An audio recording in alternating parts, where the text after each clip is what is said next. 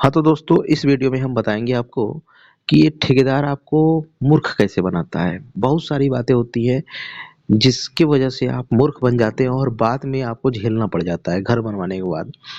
तो मूर्खता ना हो, आपको सब कुछ जानकारी मिले कैसे आपको घर बनवाना है कॉन्ट्रैक्टर से विथ मटेरियल। तो सबसे पहले काम आपको कर लेना होगा आर्किटेक्चर से आपको ड्राइंग बनवाना होगा। जिससे आपको ये पता चल जाएगा कि मेरा जो घर बन के तैयार होगा उसमें किस जगह पे क्या है, ठीक है। पूरा स्पेस बढ़िया से यूटिलाइज हो रहा है कि नहीं, क्योंकि आप 1000 स्क्वायर फीट में भी घर बनवा रहे होंगे तो लगभग 20 लाख रुपए आपका खर्चा हो जाना है। तो जब 20 लाख खर्चा हो रहा है तो 15-20 हजार रुपया दे के आर्किटेक्चर से घर बनवाना कोई गलत बात नहीं है। इससे 15-20 हजार रुपये अगर आप यहाँ लगा देंगे तो 15-20 हजार लगाने में आपको 50 हजार से कम 50 हजार आर्किटेक्चर आपका बचा के दे देगा। क्योंकि आपको वो क्या करेगा, एस्टिमेट भी आप बोलेंगे तो एस्टिमेट भी बना देगा और स्टील कितना डालना है वो भी आपको समझा देगा।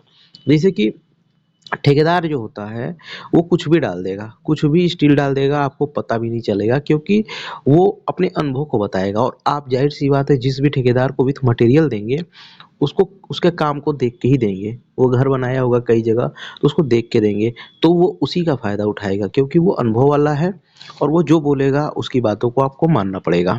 ठीक है, कुछ भी स्टील डाल देगा, कुछ भी किसी भी साइज का कुछ भी काम कर देगा। ठीक है, तो आप आर्किटेक्चर से सारा ड्राइंग बनाएं, फुटिंग कितनी डेप्थ रखनी है वो बताएं, एस्टिमेशन करवाएं।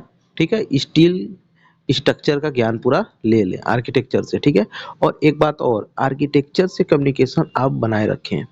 ठीक है, अब जैसा कि बात कर लें फुटिंग साइज का। ठीक है, ठेकेदार से अगर आप बात करेंगे तो वो बोलेगा अगर एक फ्लोर आपको काम कराना है, आप उसे बताएं एक फ्लोर का काम ही कराना है, तो आपको सजेस्ट करेगा कि 3 फीट डेप्थ में आप करा लीजिए, कुछ दिक्कत नहीं होगा क्योंकि यहाँ की मिट्टी हार्ड है।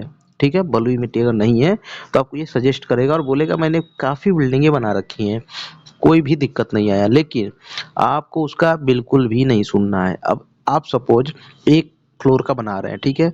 इन फ्यूचर आपके जो लड़के पैसा कमाएंगे वो सोचेंगे कि इसके ऊपर 2 फ्लोर और बना लें। अब आपने डिजाइन करवा लिया एक फ्लोर का जो कि गलत है, 3 फीट भी गलत है। फर्स्ट फ्लोर के लिए मिनिमम आपको 4 फीट डेप्थ देना ही देना है। ठीक है, गहराई जो है 4 फीट देना है और लंबाई और चौड़ाई 4 बाई 4 का दे दें, कोई दिक्कत नहीं है, लेकिन डेप्थ पे आपको जाना है। लेकिन वो 3 फीट में ही आपका बनवाने के लिए बोलेगा। अब यहाँ पे आर्किटेक्चर से आप सलाह लिए रहेंगे तो आप यहाँ पे सही कर लेंगे। और दूसरी बात ये है कि आप कभी भी प्लानिंग एक फ्लोर के लिए नहीं करें। अगर आप 20 लाख रुपए खर्च कर रहे हैं तो अपने जो भी फुटिंग बनाएंगे मेन इन्वेस्टमेंट उसी में होता है, फ्लोर में उतना इन्वेस्टमेंट नहीं होता है। तो वहीं पे हम अपना पैसा कुछ खर्च कर लें, थोड़ा बहुत बढ़ा लें तो आप सही रहेगा। अब ठेकेदार इसलिए ही बोलता है कि जब खुदाई करवाएगा 4 फीट, 3 फीट की जगह 4 फीट की जगह पे अगर 3 फीट कराएगा तो 1 फीट तो उसका डेप्थ बच गया। अगर एक फ्लोर की ही बात करें, ठीक है, मटेरियल वगैरह भी जो भी है कॉलम कंक्रीट करेगा तो उतना हाइट नहीं आना होगा। अगर 1 फीट नीचे से ही अप हो गए तो 1 फीट कम करना होगा। तो वो काफ़ी पैसा बचाने के चक्कर में ये कर लेता है। लेकिन आप जब बनवाएंगे तो मिनिमम आप 3 फ्लोर की प्लानिंग करके चलेंगे। ठीक है, सेकेंड फ्लोर के लिए 5 फीट डेप्थ रखना है। ठीक है, और थर्ड फ्लोर के लिए 6 फीट डेप्थ और 4 फीट बाई 4 फीट लंबाई चौड़ाई रखनी है। तो आप थर्ड फ्लोर के लिए डिजाइन अपना करवाएं, भले ही उसमें कुछ पैसे लगें। ठीक है, तो आप थर्ड फ्लोर की प्लानिंग करें ताकि भविष्य में आप 3 फ्लोर बना सकें। ठीक है, तो यहाँ पे आप ठेकेदार की नहीं सुननी है। इसके बाद फुटिंग स्टील की बात करते हैं। फुटिंग स्टील में मेन स्टील वो क्या करता है, 8 mm का ही डाल देता है। 8 mm की मेन स्टील और 8 mm की ही डिस्ट्रीब्यूशन स्टील। ठेकेदार बोलता है इतना चलेगा, लेकिन इतना नहीं चलेगा। आप जहाँ बेस बना रहे हैं वहाँ पे आपको मेन स्टील 12 mm की देनी ही देनी है और डिस्ट्रीब्यूशन स्टील 10 mm की देनी है। ठीक है, तो ये जानकारी आपको कहाँ से मिलेगी, आर्किटेक्चर से मिलेगी। अगर आर्किटेक्ट के पास नहीं जा रहे हैं आप तो जो हम बोल रहे हैं वो आप नोट डाउन करते रहें। ठीक है, जहाँ से आपको मोटी मोटा आइडिया लग जाएगा। तो मेन स्टील 12 डाया और distribution steel 10 dia. Main steel मतलब नीचे की तरफ में जो जाल बंधेगी उसको मेन बोलते हैं, जो ऊपर की तरफ रख के बंधेगी एक सरिया जैसे नीचे बिछ गई, अब उसको टाई करने के लिए जो ऊपर से स्टील पड़ेगी वो रहेगी डिस्ट्रीब्यूशन स्टील, उसको बोलते हैं। ठीक है, इसके बाद कॉलम साइज। कॉलम साइज के पास भी ठेकेदार खेल करता है। उसमें क्या करता है, वो सोचता है हम एक ऐसा साइड बनाए प्लाई का, मतलब साइडा जो बनता है ना बीम का, उसको कि हमारा कॉलम में भी यूज हो जाए और बीम में ये भी यूज हो जाए। तो आपको सजेस्ट क्या करता है, 9 इंची बाई 9 इंची का हम लोग कॉलम कर लेते हैं और 9 इंची का ही टाई बीम कर लेते हैं। ठीक है, तो यहाँ पे आपको उसने चूना लगा दिया। यहाँ पे आपको ये काम नहीं करना है। फर्स्ट फ्लोर के लिए अगर आप कॉलम ले जा रहे हैं तो 9 इंची बाई 9 इंची दीजिए, कोई दिक्कत नहीं है। लेकिन आपको तो प्लानिंग करनी है सेकेंड और थर्ड की, तो मिनिमम आपको 9 इंची बाई 12 इंची या फिर 12 इंची बाई 12 इंची का कॉलम देना ही देना है। ठीक है, और जो दो कॉलम होगा उसके बीच का डिस्टेंस जो है 15 फीट से लेके 17 फीट के बीच में ही रखना है। उससे ज़्यादा डिस्टेंस आपको नहीं रखना है। वो उससे ज़्यादा रख देगा, बोलेगा कुछ नहीं आएगा, चोर बीम दे देंगे, कुछ नहीं लटके उटकेगा।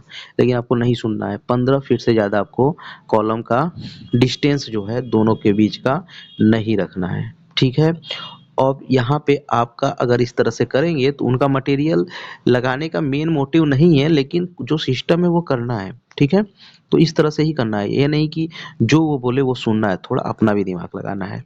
क्योंकि कॉलम का जो काम होता है, मेन काम होता है, ये क्या करता है, स्लैब के पूरे लोड को अपने ऊपर लेता है।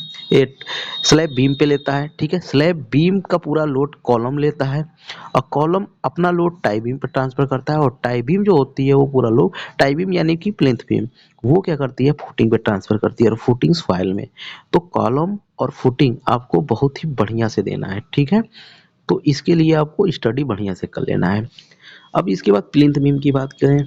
प्लिंथ बीम जो है, अक्सर ठेकेदार देखते होंगे मिट्टी से 1-2 फीट उठा के बस छोड़ देता है, बोलता है बस सही है। ठीक है, लेकिन आपको प्लिंथ बीम रोड लेवल से मिनिमम 4 फीट रखना है, क्योंकि कुछ समय बीतने के बाद आपका रोड का लेवल क्या हो जाएगा, आपका वाटर लेवल कहाँ आएगा, आपको खुद ही नहीं पता है। तो 4 फीट रखेंगे तो सेफ रहेंगे। अगर कम रखेंगे तो इन फ्यूचर कभी भी आपके घर में पानी बारिश का आ सकता है।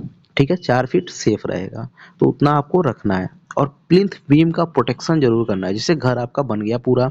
ठीक है, तो जो प्लिंथ बीम का चारों तरफ ओपन एरिया है, वहाँ पे आपको हल्का सा 4 इंची या 6 इंची डेप्थ में कटिंग करके उसमें अपरन करा, पीसीसी करके सीसी करके अपरन करा देना है। देखने में भी डिजाइन अच्छा लगेगा और प्लिंथ में पानी बारिश का नहीं जाएगा, वो बह के बाहर चला जाएगा। तो प्लिंथ प्रोटेक्शन बहुत जरूरी होता है, ये बहुत लोगों को नहीं पता होता है, हम आपको बता रहे हैं। ठीक है, इसके बाद जब ब्रिक वर्क आप कराएंगे, ठीक है, प्लिंथ बीम के बाद, तो सुपर स्ट्रक्चर का आप काम स्टार्ट करते हैं। अभी तक सब स्ट्रक्चर पे थे हम। जब प्लिंथ ब्रिक वर्क कराएंगे हम, कंक्रीट बेंड आपको विंडो में देना ही देना है। ठीक है, उसमें क्या होता है, जब कंक्रीट बेंड नहीं देंगे आप तो क्रैक आ जाता है कॉर्नर पे, आप देखे होंगे विंडो के नीचे विंडो के बॉटम लेवल पे क्रैक आ जाएगा दो साइड। अगर आप कंक्रीट बेंड दे देंगे तो वो क्रैक नहीं आएगा। उसमें कुछ नहीं, 12 8 डाया का 2 स्टील डाल के M25 ग्रेड की कंक्रीट डाल दें। मिनिमम आपको M20 ग्रेड की कंक्रीट डालनी ही डालनी है।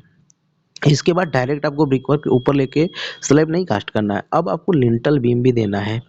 जो विंडो का और डोर का टॉप लेवल लिंटल लेवल होता है, ठीक है, वहाँ पे आपको लिंटल बीम देनी है पूरे दीवालों पे। उससे आपकी पूरी दीवार में पकड़ बन जाएगी। उसके बाद से आपको स्लैब बीम देनी है। स्लैब बीम के बाद आपको स्लैब की सरिया बांधनी है। ठीक है, अब स्लैब कास्टिंग के समय ठेकेदार आपको मूर्ख बनाता है। वो बोलता है 4 इंची ढलाई बहुत होती है, लेकिन 4 इंची की जो ढलाई आप कर लिए, ठीक है, तो उसमें आपको परेशानी क्या होने वाली है कि आपके स्लैब में क्रैक आ सकता है। स्लैब पे आप चलेंगे तो वाइब्रेशन टाइप का महसूस होगा, मतलब कुछ भी वेट सामान उस पे या फिर कोई ट्रॉली वगैरह अगर खींच दिए तो वाइब्रेशन महसूस होगा, क्रैक आने का चांस रहेगा। ठीक है, सीपेज हो सकता है। तो इसलिए आप मिनिमम डेप्थ 5 इंची दें। ठीक है, 5 इंची से कम डेप्थ स्लैब की ना रखें। ठीक है, और स्लैब स्टील में आप ये देखते होंगे कि 8 डाया का ही कुछ भी स्पेसिंग, मतलब मनमानी 100 150 200 स्पेसिंग पे स्टील बांध के बस कास्ट कर देता है, लेकिन ऐसा नहीं करना होता है। स्लैब स्टील में आपको मिनिमम जो स्टील होती है वो मेन बार में 10 की देनी है, अगर आप ज़्यादा लटक बीम नहीं दे रहे हैं तो। ठीक है, 10 की स्टील डिस्ट्रीब्यूशन में देनी है, सॉरी 10 mm की स्टील मेन में देनी है और 8 mm की स्टील डिस्ट्रीब्यूशन में देनी है, ठीक है। और दोनों का स्पेसिंग आप 100, एक मेन स्टील जो है उसको 125 रख लें और डिस्ट्रीब्यूशन को 150 रख लें, ठीक है। और आपको बीम जो दीवार होगी चारों तरफ से, वहां पे एक लटक बीम देना ही देना है, 9 इंची का डेप्थ का दें चलेगा, ठीक है। तो इतना आप दे देंगे तो पूरा स्लैब में वो बॉन्डिंग बनी रहेगी, ना कि डायरेक्ट दीवार पे रख के सरिया को स्लैब कास्ट करना है, ठीक है। तो ये सब आपको फ़ायदा कब होगा? 15 से 20 हज़ार रुपये खर्चा करने पे, आर्किटेक्चर का सलाह लेने पे, ठीक है। इससे बहुत ही पैसा बचेगा और बहुत ही परफेक्ट काम होगा। अब स्टेयरकेस का काम होता है। स्टेयरकेस में क्या होता है, वेस्ट स्लैब पहले कास्ट हो जाता है, उसके बाद ब्रिक का स्टेप हम लोग बनाते हैं। लेकिन ब्रिक का स्टेप ना बना के अगर कंक्रीट का स्टेप उस समय बना दें हम, तो हमारी स्टेयरकेस जो है काफ़ी मजबूत रहेगी। लेकिन ब्रिक का भी जनरल आप बना सकते हैं कॉस्ट को थोड़ा सा रिड्यूस करने के लिए। रिड्यूस वैसे होता नहीं है, क्योंकि ब्रिक का स्टेप उठाने के लिए स्किल्ड मेसन की ज़रूरत होती है और एक फ्लाइट उठाने के लिए कम से कम आपका एक मेसन और 2 लेबर लग जाएगा। लेकिन आप एक स्टेप जो उसमें मटेरियल भी लगेगा, ईंट मसाला वगैरह लगेगा, तो आप डायरेक्ट कंक्रीट का स्टेप उठा दें तो ज़्यादा बेटर होता है, ठीक है। कॉस्ट भी बढ़िया कम लगेगा और आपका काम भी परफेक्टली होगा, ठीक है। अब ये सेफ्टी टैंक ठेकेदार के अनुसार नहीं बनाना है, आप लोगों के हिसाब से आर्किटेक्चर से बनवा सकते हैं। जैसे कि आपके घर पे परिवार में 5 आदमी हैं, तो प्लस 2 आदमी और लेके चलें, क्योंकि 2 आदमी कोई आ भी सकता है। तो 7 आदमी के हिसाब से आप अपने सेफ्टी टैंक का डिजाइन करें, ठीक है, कराएं आर्किटेक्चर से, उसके बाद सेफ्टी टैंक बनवाएं। अब सेफ्टी टैंक ब्रिक वॉल का भी बनवा सकते हैं, आरसीसी का भी बनवा सकते हैं, कोई दिक्कत नहीं है। लेकिन ब्रिक का भी बनवाएं, इकोनॉमी हो जाएगा, ठीक है। और डोर फ्रेम वुडन का, अगर साल वगैरह का ब्रिक ये आपको वुड मिल जाए तब तो ठीक है, लेकिन आप यहाँ पे पहचान नहीं पाएंगे, ठीक है। लिखा तो रहेगा साल, लेकिन रहेगा कुछ और। इसमें दीमक वगैरह लग जाएगा, वुडन का जो भी डोर फ्रेम होगा जल्दी खराब हो जाएगा। आप कोशिश करें एमएस का लगा लें, अगर थोड़ा सा इन्वेस्टमेंट करना चाहते हैं तो अल्मुनियम का लगा लें, ठीक है। अल्मुनियम का तो काफ़ी महंगा पड़ जाएगा, एमएस का ही लगाएं, ज़्यादा बेटर होगा। वुडन का आपका खराब हो जाएगा 100%। अगर आपको बढ़िया लकड़ी मिल जाती है तब तो ठीक है, अगर आप पहचान आपकी बढ़िया है तो, नहीं तो एमएस का लगाएं, ठीक है। और कॉन्ट्रैक्टर से अग्रीमेंट जरूर कराएं, जो भी आपका जिस ब्रांड का जो भी लगाना है सामान, वो भी लिखवाएं और क्या क्या किस डेप्थ पे करना है सब कुछ उस पे मेंशन करें, ठीक है। और आप कोशिश करें कि कुछ पैसे और खर्च करके आर्किटेक्चर को कम से कम 2-3 स्टेज पे बुला लें साइट पे, एक्सकवेशन के टाइम, ठीक है। सेकंड, आपका जब प्लिंथ बंधे उस टाइम बना बुला लें, उसके बाद स्लैब के टाइम, ठीक है, तो ज़्यादा बेटर होगा। नहीं भी बुलाएंगे तो इतना तो आप देख ही सकते हैं, ठीक है। तो इतना कुछ करेंगे तो आपका काफ़ी पैसे भी बचेंगे और काम भी बढ़िया होगा। तो आई थिंक आपको भी ये वीडियो देख के अच्छी लगी हुई, तो मिलते हैं नेक्स्ट वीडियो में।